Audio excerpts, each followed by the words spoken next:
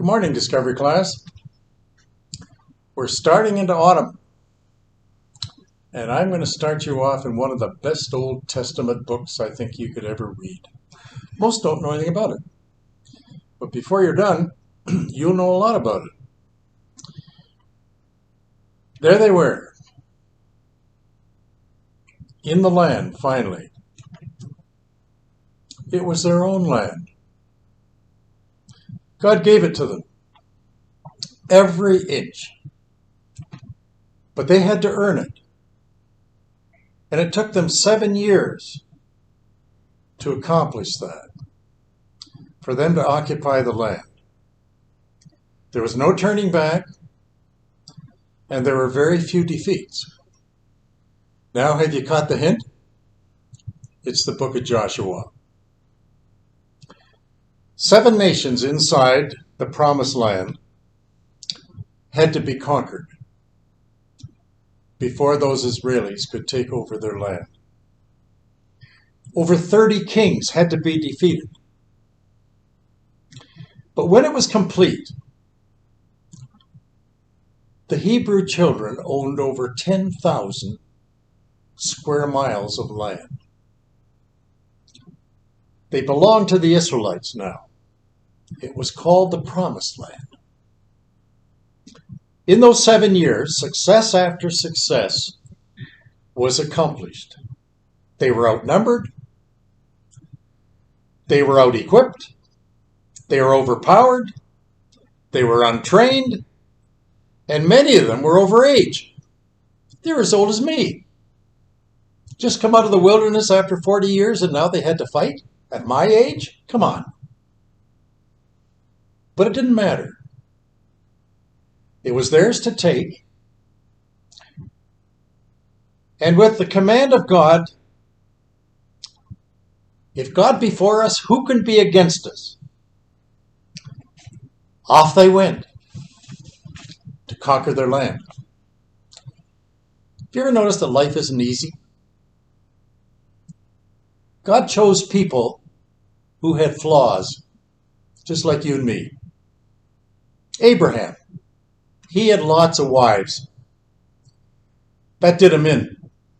Jacob, he couldn't tell the truth. He lived a whole life of lies. Do you tell lies? Esau, he got frauded out of his RRSP, his birthright. Joseph, his brothers couldn't stand him. They betrayed him and they sent him into the gulag down there in Egypt. Under that Egyptian bondage for 400 years. That's how much time had passed. Then came Moses. Liberation. 40 years of wilderness trekking. They hardly got settled in the promised land. And they had a couple of kings or so. And then along came the Babylonians. 70 more years of isolation and captivity. 2 temples were built and they were both destroyed. The Hebrew people, they lost both of them. They possessed an Ark of the Covenant. They lost that too. Everything that they held dear, they lost.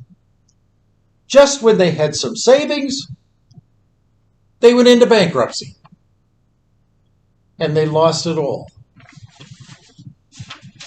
But in the midst of all of this, of what I've just said, there was a little strip of time. 7 years. When Israel, as God's Hebrew people, they won the Super Bowl. Let me read it for you. Joshua chapter 1. Well, let's go back to the end of the chapter. If you go to chapter 21 and verse 43, so the Lord gave Israel all the land which he had sworn to give their fathers. And they took possession of it, and they dwelt in it. And the Lord gave them rest all around, according to all that he had sworn to their fathers. And not a man of all their enemies stood against them. The Lord delivered all the enemies into their hand, and not a word failed of any good thing which the Lord had spoken to the house of Israel. And all came to pass. You like that? Does anything in that passage grab you? Listen to this. The Lord gave all the land. He gave them rest. The enemy stood against them. No enemy did. And all came to pass. The Hebrews had finally made it. It was give or take. Probably the year was about 1400 BC. The Canaanite kings were routed. The Jordan River had been parted and they had crossed over on dry land. Jericho's walls fell down. The sun stood still up in the sky. The Hebrew people were home at last. And on those Canaanite hills, towns were born, roads were carved, farms were built, vineyards were planted, wells were dug, marketplaces were born, and the granary grew, and there were sheep and goats and horses and cattle. What am I saying? A new dawn has just appeared, and it's finally a brand new season for the Jews. That's what I'm going to talk about when you stay with me during this month or this autumn. Let's apply this to you. The Lord gave them rest. You probably need a new season, don't you, now that you've just come out of the pandemic? You've been locked up. You haven't had any holidays.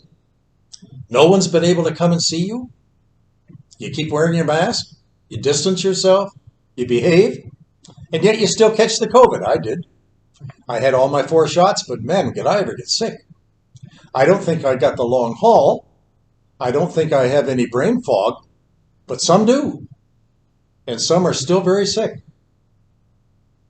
Many of you have caught COVID, but you came through it. We're all together today in a brand new beginning. But you're not out of the woods yet. Some of you are finding anger.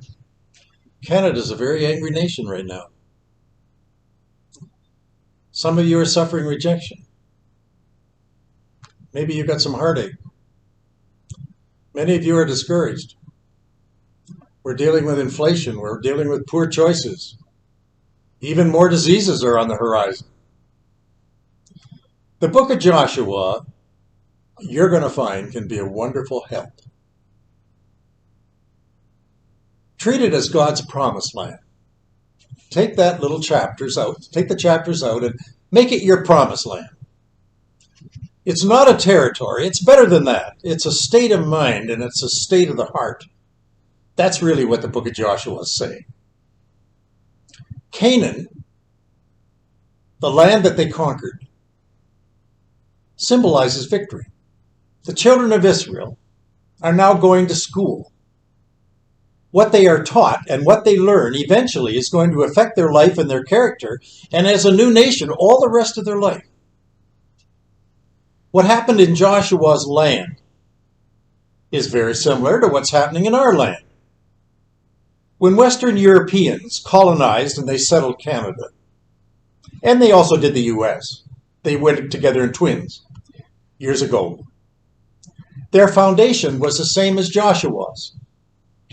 Christian tradition and faith placed an integral part into the lives of the French and the English settlers. As far back as the 1620s, the first schools in North America were founded on Christian principles. Do you know that? Every school in North America operated under the auspices of a Christian order. Do you know what their only textbook was? It might surprise you, but it was this, the Bible. The wilderness and the hinterland gave way to new occupants whose education was based and governed by biblical law. Those early pilgrims held a single world view. All education was faith-based. Everyone had to read the Bible. Abraham Lincoln only had one book beside his bed all the days he was president of the United States. You know what it was? This thing, the Bible. Everyone practiced the principle, and it became the means of providing future generations with the foundation of preserving what the next generation was to do and behave. Harvard University was founded in 1636 with a grant from the Massachusetts Bay Colony. And do you know why it was founded? Harvard University was the training ground and the seminary for preachers. It was a religious order. It's changed today, of course. It's one of the greatest universities on earth. But its foundation and its principles were all based out of this thing here called the Bible. Noah Webster. You may not know that name, but I'll tell it to you. He was a devout Christian. He was born in 1758 in West Hartford, Connecticut. And he was a student at Yale University. That was another seminary for the Anglicans. And he published a speller for school children, where you learn to spell. It taught children to read. And by 1820, over 20 million copies of his speller was distributed among the schools in North America. Noah Webster saw language as a gift from God. He considered his dictionary his greatest godly endeavor. I have one of his dictionaries. I enjoy it. Noah Webster Dictionary is probably my favorite up in my bookshelf. When the permanent colonies were finally planted in North America, every school and college had a classical Christian root. That Christian tradition set the tone for education for guess how long? 200 years. The foundation of the Bible became the foundation of our education for over 200 years. Okay, into the book of Joshua we go. I'll read the first 6 verses and I'll tell you what it's saying. Listen up.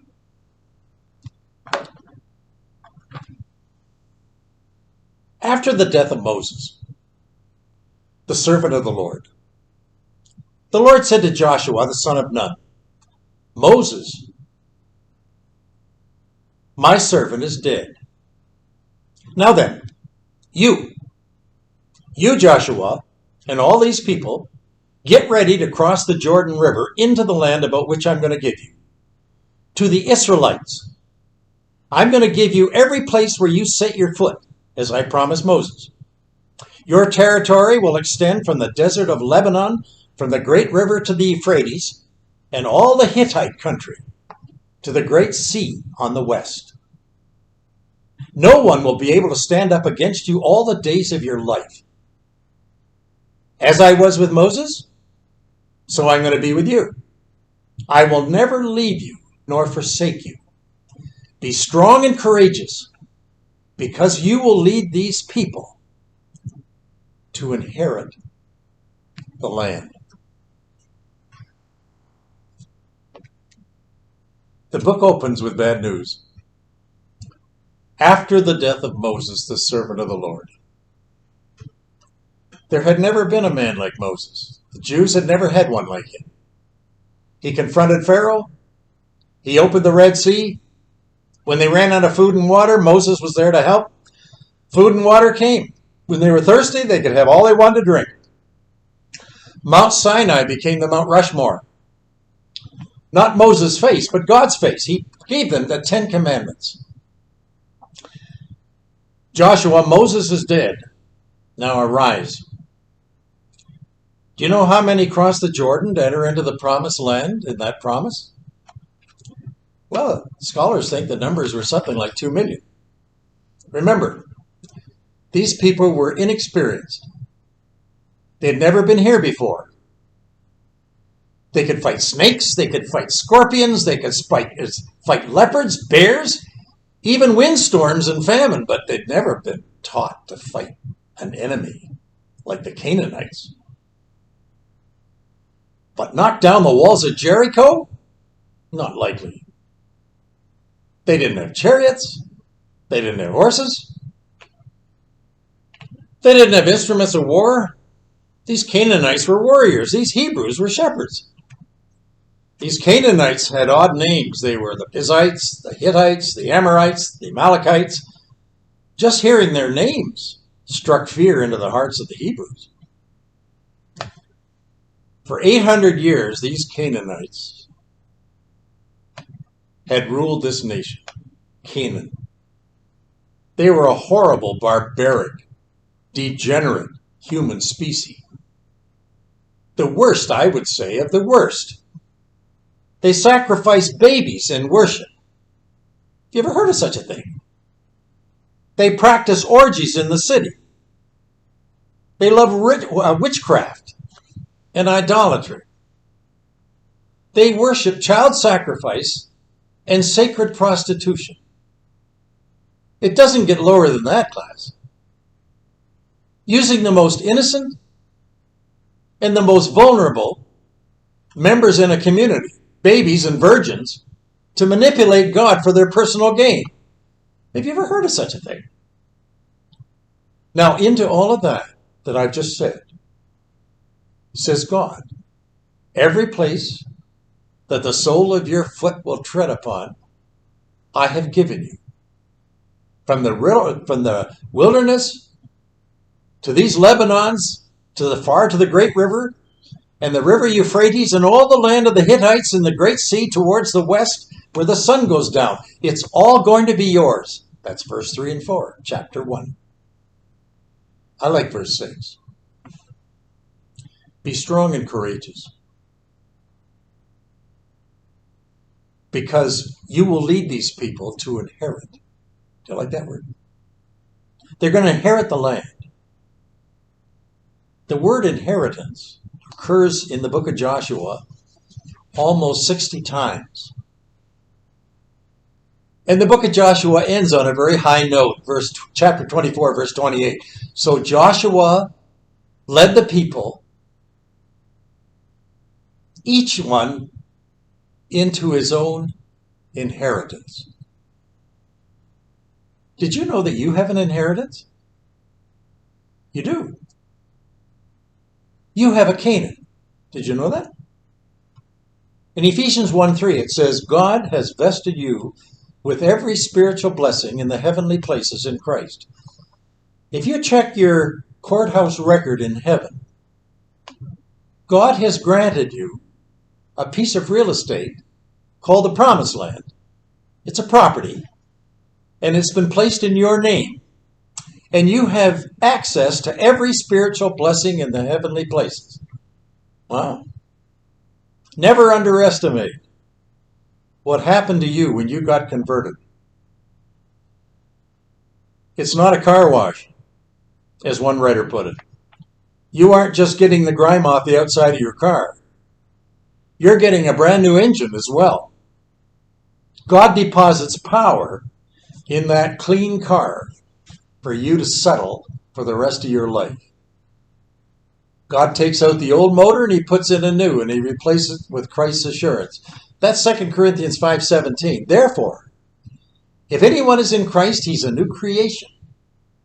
Old things pass away, and behold, all things have become new. Well, it gets better. God placed you in a royal family. John verse 12, verse 1, or chapter 1. As many as received him, to them gave he the right to become the children of God. Then comes the bonus. Ephesians 1:11. In him also you have obtained an inheritance. In Romans 8:16, 17, the Spirit himself bears witness with our spirit that we are the children of God, and if children, then heirs, heirs of God, and joint heirs with Christ. Don't you like that word? Some Christians never live out their inheritance because they don't know they've got one. In India, many years ago, There was a very wealthy Maharaja who had a trip. And when he was coming home in his royal carriage and his servants, he saw by the side of the road a beggar. And he asked the driver to stop the horses, and he looked out of his carriage and he said to the beggar on the road, "Sir, do you have any rice?" The beggar looked up rather demeaningly, and he reached in his little bag and he held out a little bowl, and he said, "Yes, here's my lunch. This is my rice." The Maharaja, he said, "Would you hand me your bowl?" And inside that beggar, he thought, why would the wealthiest person in the whole country stop and ask me for my bowl of rice? Well, he took his bowl and he got up off his seat and he went over to the window and he handed his little bowl of rice to the Maharaja there in his carriage. Time went by. The beggar went back and sat by the road. And then the Maharaja, he leaned out and he held a little sack and he said, "Thank you. I've enjoyed your rice. Here's your bowl." And the beggar got up and he waddled over to the window and he took his little sack, and then he went back and he sat, and the Maharaja disappeared. Well, his heart broke. All he had for meal was that little bowl of rice. He went home. His wife said to him, "Did you get anything today, sitting by the road as a beggar?" He said, "No. As a matter of fact, I lost." The Maharaja came by and he asked for my bowl of rice. He owns the rice fields. He owns the silos. He owns the city. He owns our house. He owns everything. He wanted my rice. And the wife said, "What did you do?" He said, "I got up and I handed him my bowl of rice." "Why did you do that?" He said, "Well, he asked for it. He's the king." "Did he give the bowl back?" "I don't know. He handed me a little bag. He said it was in the bag." "Did you look at it?" "No." "Well, where's your bag?" Well, he went to his knapsack and he got out his bag and he handed it to his wife. And his wife went into the kitchen. And then it wasn't long before he heard this amazing shout and squeal. And he went into the kitchen to find his wife sitting at the table. And there in front of her was the bowl. But it wasn't just the bowl. The Maharaja, that wealthy landowner, didn't eat the rice. He took the rice out and he replaced it with something that was bigger and better than what he had dumped out. The bowl was filled with pure gold niblets of rice. Gold. As a coin. And the lady said to her husband, "Did he give you this?" And he said, "I don't know. I don't know. All he did was he said, 'Sir, thank you for your rice,' and he handed me the bag." She said, "You will never be a beggar again. You now have more wealth than anybody in the village. He has just made you like his son. You have all of this. And now, this may have been your greatest moment." Some Christians even though they've been a Christian a long time, they've never really valued their inheritance. Do you value yours? When you come with me and we study the book of Joshua together this fall, I'm going to show you some things that might surprise you, because you might like what's coming ahead, because it's going to tell you who you are. And I guess my closing remark could be, you're wealthier than you think. Okay, that's enough for today. See you next week. Come on back. I'm going to be watching for you. Bring your Bibles and get them open, and I'll show you what it says.